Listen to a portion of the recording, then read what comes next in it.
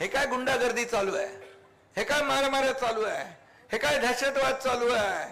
आणि म्हणून मी आपल्याला एवढंच सांगतो, आपल्याला शब्द देतो की निधी वगैरे तर सगळं मिळेल, निधीची कमतरता काही पडणार नाही.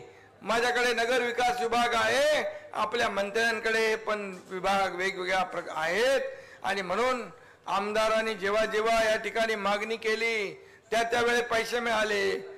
आणि रमेशजी, उमेशजी, आपल्याकडे तर तिजोरीची किल्ला आहे, चावी आहे.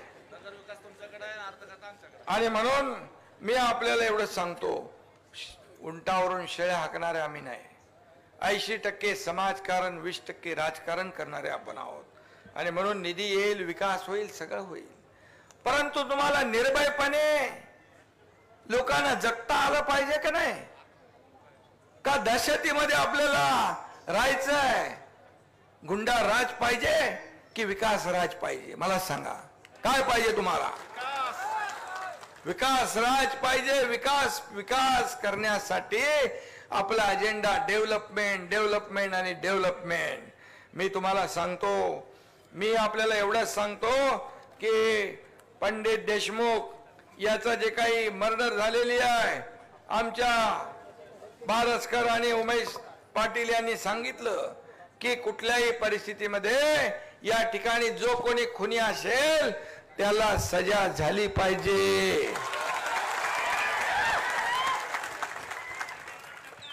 आणि चुकीला माफी नाही, चुकीला माफी नाही.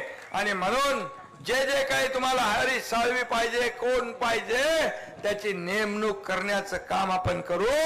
आणि या ठिकाणी कुठल्याही परिस्थितीने मध्ये या शिवसैनिकाचं बलिदान, तालुका प्रमुखाचं बलिदान व्यर्थ जाऊ देणार नाही. तुम्ही एवढ्या पोटतिडकीने बोललात. अशा प्रकारची गुंडागर्दी महाराष्ट्रामध्ये कोणी खपून घेणार नाही. हा महाराष्ट्र आहे, पुरोगामी राज्य आहे. इथं माझ्या लाडक्या बहिणी, भाऊ, शेतकरी सगळे निर्भयपणे राहिले पाहिजे. 2.5 वर्षात तसं काही कारकीर्द होती तेव्हाही खून पडले. म्हणून तुम्हाला हे बदलायचं असेल तर हे सर्व बदलायचं असेल आणि याचा विकास करायचा असेल आणि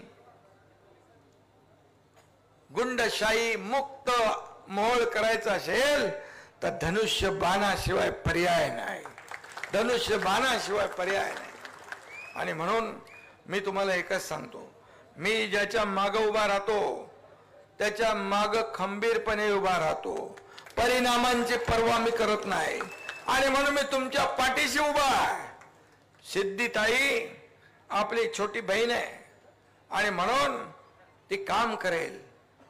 शिकले की नाही? तो ग्रॅज्युएशन केलंय, उच्च शिक्षित आहे, अशी उमेदवार तुम्हाला दिली आहे. आणि म्हणून सगळे जे एकत्र सगळं पॅनल, हे पॅनल सगळं निवडून आणा तुम्ही. आणि खऱ्या अर्थाने या ठिकाणी लोकांचं राज्य, या ठिकाणी निर्भयपणे सगळ्यांना वागता आलं पाहिजे. विकासाचं राज्य आपल्याला आणायचं असेल तर 2 तारखेला काही विचार करू नका. जात पात धर्म बाजूला ठेवा, फक्त धनुष्यबाण लक्षात ठेवा. धनुष्यबाणाचं बटन दाबा आणि जेवढे आपले उमेदवार आहेत आणि नगराध्यक्ष या सगळ्यांना विजयी करा. आणि विजयाचा आनंदोत्सव साजरा करायला हा एकनाथ शिंदे पण 3 तारखेला इकडे